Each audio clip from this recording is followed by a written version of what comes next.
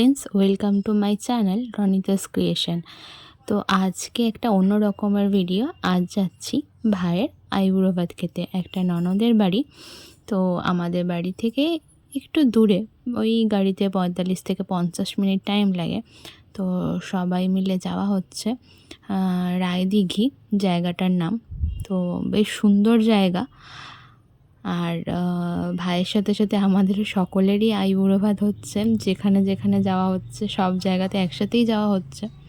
তো চলো সারাদিন আজকে আমরা কি করি সেটা দেখতে থাকো, বেশ মজাই লাগবে। আমরা প্রায় পৌঁছেই গিয়েছি। আর এখানে এলে আমার বেশ ভালো লাগে, কারণ সব সময়ের জন্য দুধারে সবুজে ভরা ধান ক্ষেত দেখতে পাওয়া যায়। যদিও এখন সবুজে ভরা নয়, এখন সব সোনালি রঙের হয়ে গেছে, কারণ এই সময়টা তো ধান কাটার সময়। তো ধানগুলো সব পেকে গিয়েছে। এরপরে হচ্ছে পৌঁছে গিয়েই দেখি এদিকে পল্লবী লুচি বানাতে বসে গেছে।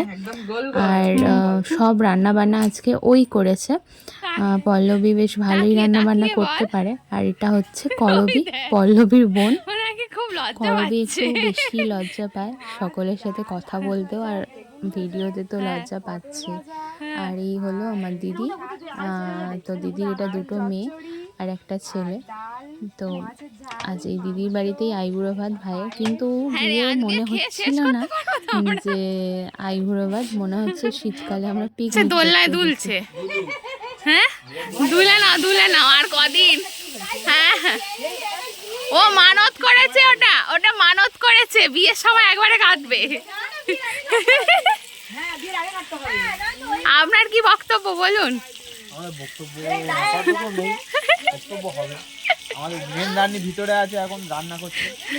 আমাদের আইবুড়ো ভাত মনেই হচ্ছে না, মনে হচ্ছে আমরা পিকনিক করতে এসেছি সবাই মিলে। কি গো, তোমাদের কি আইবুড়ো ভাত মনে হচ্ছে নাকি পিকনিক মনে হচ্ছে? দেখুন কি সুন্দর ফল ফুটেছে। কি ওটা? ওটা পুরুল। ও বাবা, দুজনে কি ভালো ফসল চেনে গো। আরে ঝিঙে মারো হয়ে তবেই না এটা হবে। মামা ভাগ্নে দুজনে কেউই হচ্ছে কি যে কোনটা কি ফল কেউ চেনে না। বস্তা করে মাটি তোলা হয়েছে। হ্যাঁ, এমনি 10 বস্তা কিনেছিলাম, তার এখনো 5 বস্তা পড়ে আছে। কেন হয়? হ্যাঁ, ভাজা খেতে গেলে তখন আমরা বড় বড় চচ্চড়ি হবে না।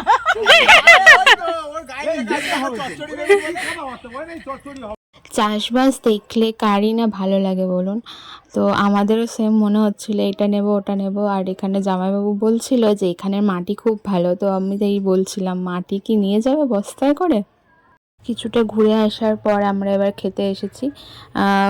টিফিন খাওয়া হচ্ছে, লুচি আর ঘুগনি, আর তার সাথে তো মুড়ি রয়েছে, ঘরে ভাজা মুড়ি। আর এদিকে আমি লাউ শাক কাটতে বসেছি, কারণ চচ্চড়ি খাওয়া হবে। টাটকা লাউ শাক নিয়ে বসে পড়েছিলাম কাটতে। আজকে ছোটো মামার আইবুড়ো ভাত বলে পল্লবী খুব উৎসাহ। তো সকাল থেকে ভোর থেকে বাজার দোকান সব করে নিয়ে এসেছে, প্লাস রান্না বান্না সব নিজেই করছে। আর এরকম কাঠের জালে রান্নার একটা তো আলাদাই টেস্ট হয়।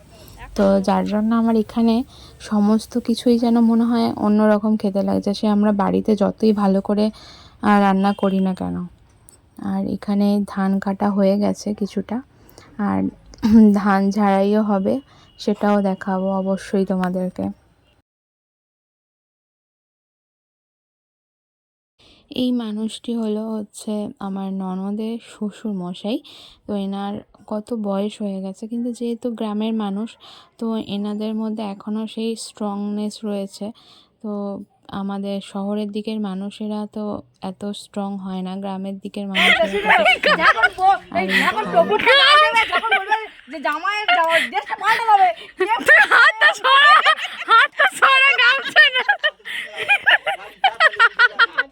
ভাই গামছাটা খুব উঁচু করে পড়েছিল, তাই আমরা খুব সেটা নিয়ে হাসাহাসি করছিলাম। আমরা আবার বেরিয়ে পড়েছি, টিফিন খাওয়ার হয়ে গেছে।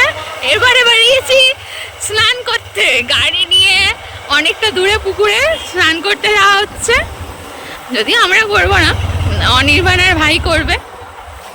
এই গ্রামের রাস্তা দিয়ে যেতেও বেশ ভালো লাগে, দুধারে গাছ, মাঝখানের রাস্তা।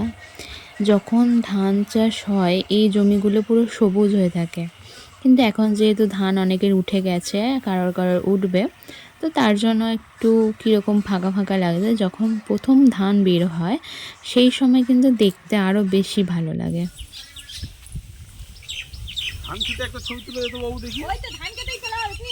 তো আমরা দিদিদের জায়গাতে এসেছিলাম ধান খেতে, তো এখানে এসে আমরা একটু ফটো তুলছিলাম, কারণ এত সুন্দর দেখতে লাগছিল ধান জমিগুলো। সমস্ত ধানই প্রায় পেকে গিয়েছে আর পুরো সোনালি রং হয়ে রয়েছিল। আমরা কিন্তু সকলেই সকালবেলা স্নান টান করে বেরিয়েছিলাম, কিন্তু ওদের হঠাৎ করে কি জানি না মনে হলো ওই পুকুরটা দেখে যে ওরা এই পুকুরে জলে স্নান করবে বলে দু ভাই হঠাৎ করে স্নান করতে আরম্ভ করলো। মানে বললো যে চলো স্নান করে আসি বলে, যেহেতু একটু দূরে সেজন্য আবার গাড়ি নিয়ে এসেছিলাম আমরা। আর ভাই বলছিল যে অনেক কিছু খাবার দাবার খেতে হবে, তার জন্য একটু পেটটা ঠান্ডা করে নি, সেজন্য পেটে এইভাবে জল দিয়েই যাচ্ছিল। কি হচ্ছে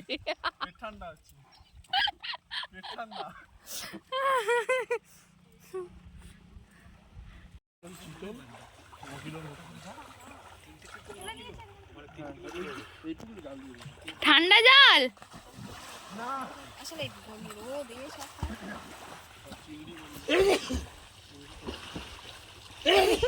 আর আমরা মাঠে গিয়ে যে ফটোগুলো তুলেছিলাম এত সুন্দর এসেছিল, বিনা ফিল্টারেই এত সুন্দর ব্রাইট ফটো আসছিল যে জাস্ট অসাধারণ। স্নান করে এসে দেখলাম যে পল্লবী অলরেডি ভাত সাজাতে বসে গিয়েছে ভাইয়ের জন্য। তো ভাইকে প্রথমে দেওয়া হবে, তারপরে আমরা সকলে মিলে একসাথে বসে খাবো। তো এই সাজিয়ে গুজিয়ে দেওয়া হয়েছে। আর এই সময় দিদি হচ্ছে কি যে আশীর্বাদ করছিল। উলু দা উলু দা উলু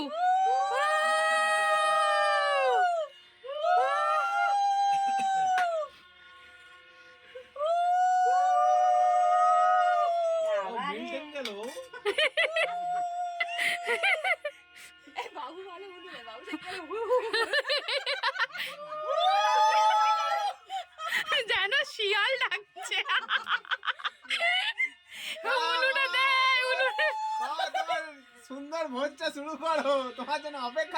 এই এবার তোর বিয়েটা হয়ে গেল, ওই আশীর্বাদী ফুলটা হাতে দিয়ে দিল, এবার তোরটা হবে রে।